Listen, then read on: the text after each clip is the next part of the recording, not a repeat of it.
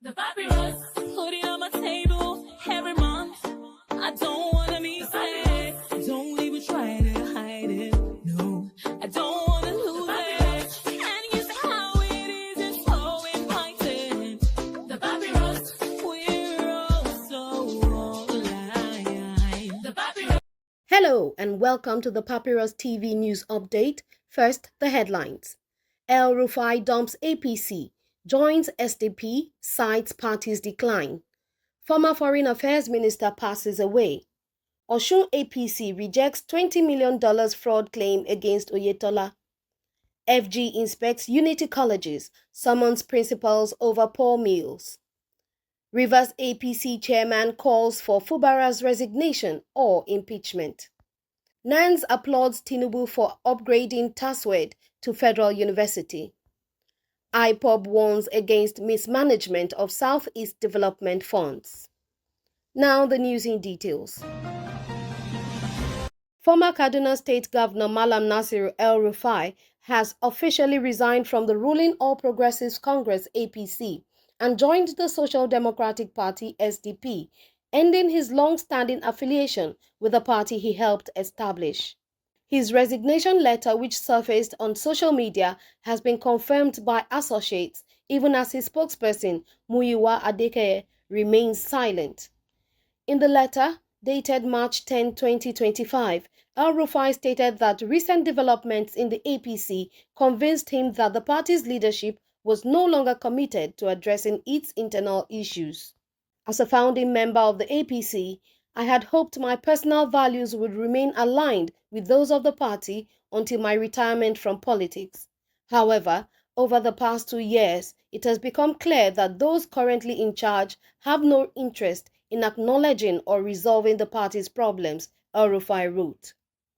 Sources close to the former governor revealed that he had been in discussions with key opposition figures before making his move.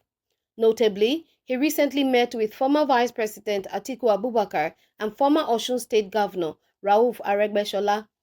His defection is expected to significantly alter the political landscape, particularly in the north.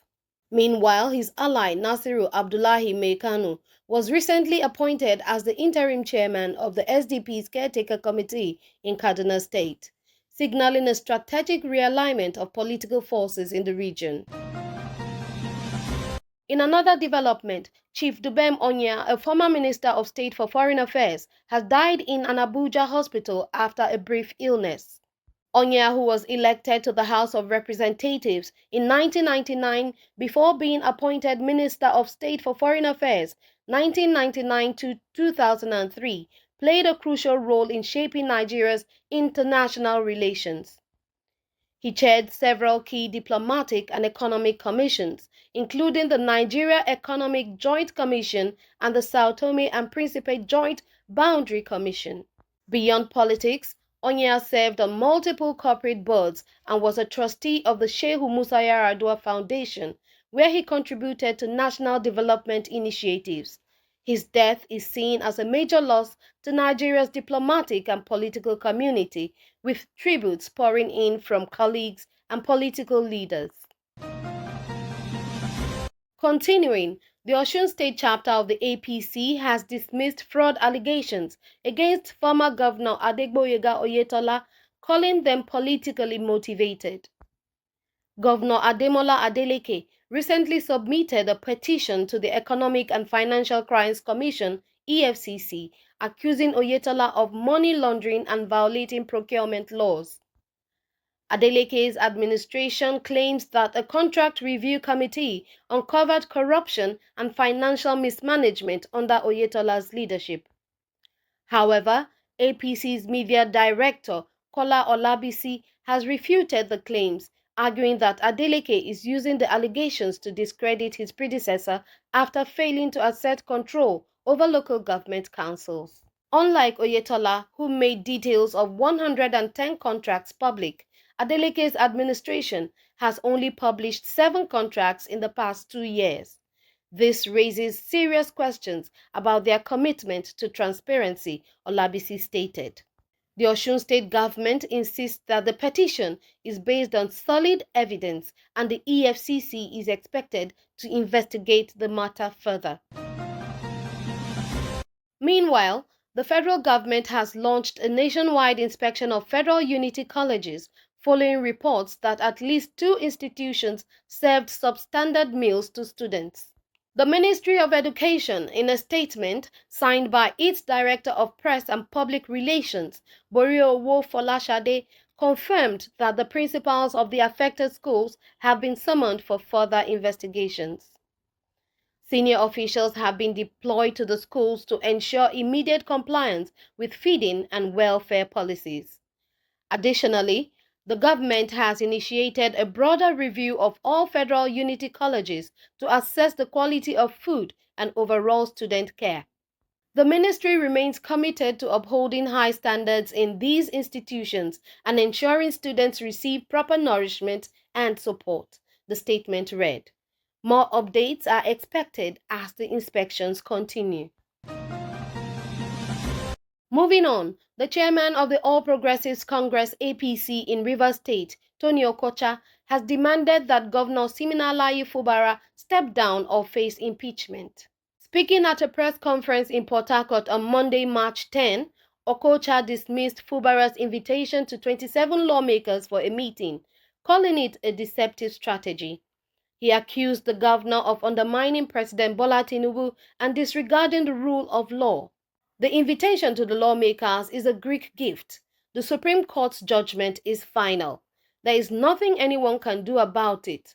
The only option left for the governor is to resign or face impeachment, Okocha stated.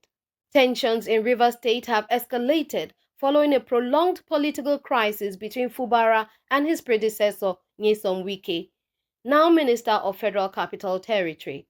The call for Fubara's resignation signals a deeper rift in the state's political landscape. Furthermore, the National Association of Nigerian Students, NANS, has commended President Bola Tinubu's administration for upgrading Tai Solarin University of Education, TASWED, to a federal institution. The student body described the move as a significant step in advancing Nigeria's education sector. NAN's National Vice President for Intercampus Affairs, Akim Bodunse Praise, issued a statement on Sunday in Abeokuta, Ogun State, lauding the president's commitment to improving higher education. This decision reaffirms President Tinubu's sincere dedication to the education sector. As students in Ogun State, we remember the struggles of 2012 when we fought against the attempted closure of TASWED.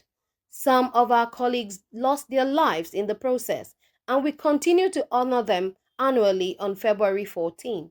Today, their sacrifices have been vindicated, Praise stated. He also acknowledged the effort of Ogun State Governor Dapo Abiodun, the Awujale of Ijebu Land, Obasikiru Adetono, and other stakeholders in preserving the institution.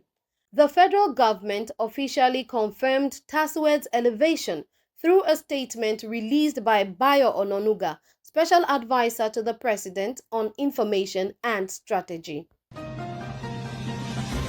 Conclusively, the indigenous people of Biafra IPOB has issued a stern warning to politicians and officials in the southeast, cautioning against the misappropriation of 250 billion naira allocated for the newly established Southeast Development Commission, SEDC.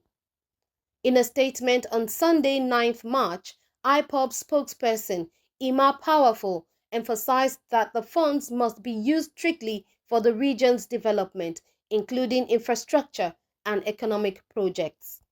Our attention has been drawn to the 250 billion naira allocated to the SEDC under Dr. Emeka Nwogu's leadership, with oversight from Senator Orji Uzokalu. If this information is accurate, we strongly warn against any mismanagement or diversion of these funds, the statement read. IPOB outlined key areas for investment, including road expansion, hospital rehabilitation, power plants, industrial parks, and the establishment of functional seaports and international airports in the region. It also urged authorities to prioritize technical and creative skill programs for youth development. While acknowledging that 250 billion naira alone may not be sufficient for large-scale transformation, IPOB insisted that the funds must be managed transparently. The group vowed to monitor the allocation and exposed any misuse, warning that this is not the time for politicians to loot public funds without accountability. The papyrus, put it on my table every month. I don't